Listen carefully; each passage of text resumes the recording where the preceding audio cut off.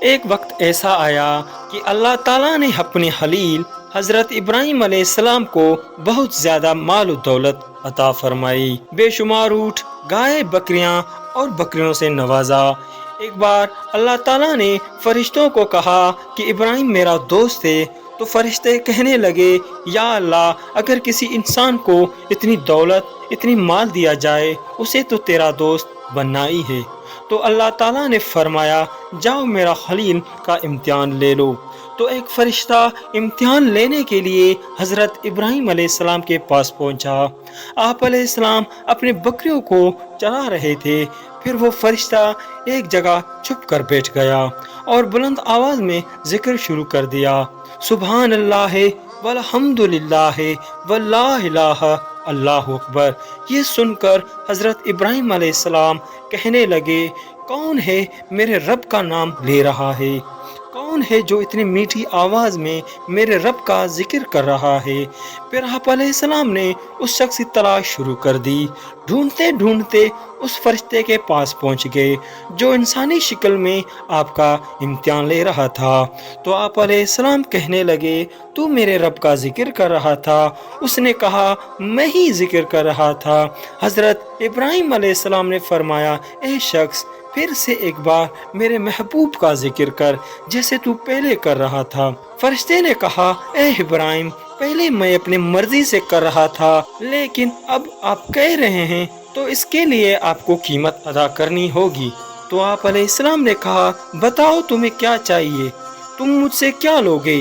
میرے پیارے رب کا ذکر سنانے کے لیے فرشتے نے کہا آپ کی جتنی بھی بکریاں ہیں اگر آپ مجھے دے دیں تو میں اللہ کا ذکر آپ کو سنانے کے لیے راضی ہوں۔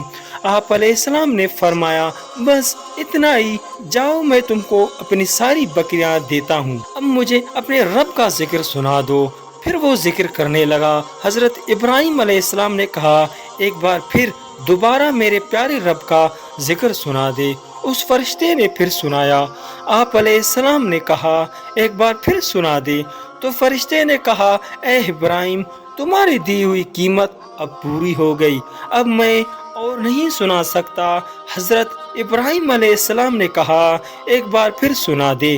تو فرشتے نے کہا اس کے لیے قیمت دینی ہوگی، بھینس، گائے، بیل سب دینا ہوگا، تو میں آپ کو پھر ذکر سناؤں گا۔ آپ علیہ السلام نے کہا ٹھیک ہے، میرے بھینس، گائے، بیل سب تیرا ہوا، اب ایک بار پھر میرے رب کا ذکر سنا دے۔ اب اس فرشتے نے پھر سے اللہ کا ذکر کرنا شروع کیا۔ یہ سن کر حضرت ابراہیم علیہ السلام کبھی مچلتے ہیں تو کبھی روتے ہیں اور کبھی آئے لیتے ہیں اور فرشتے سے کہتے ہیں تو میرے رب کا ذکر سناتا رہے۔ حضرت ابراہیم علیہ السلام پر کیف طاری ہو گیا۔ فرشتہ کہنے لگا بس بھائی، میں اور نہیں سنا سکتا۔ حضرت ابراہیم علیہ السلام فرمانے لگے جو کچھ لینا ہے تو لے لے، بس مجھے ذکر سناتا رہے۔ اس نے کہا اے ابراہیم، بکریاں میں لے چکا، گائے بیل بھی میں لے چکا ہوں، اب اونٹ رہ گئے ہیں، میں ساری لے لوں گا پھر ذکر سناؤں گا۔ حضرت ابراہیم علیہ السلام نے فرمایا تو ذکر سناتا رہے اور میرا سب کچھ لے لے۔ حضرت ابراہیم علیہ السلام نے اس کو سب کچھ دے دیا۔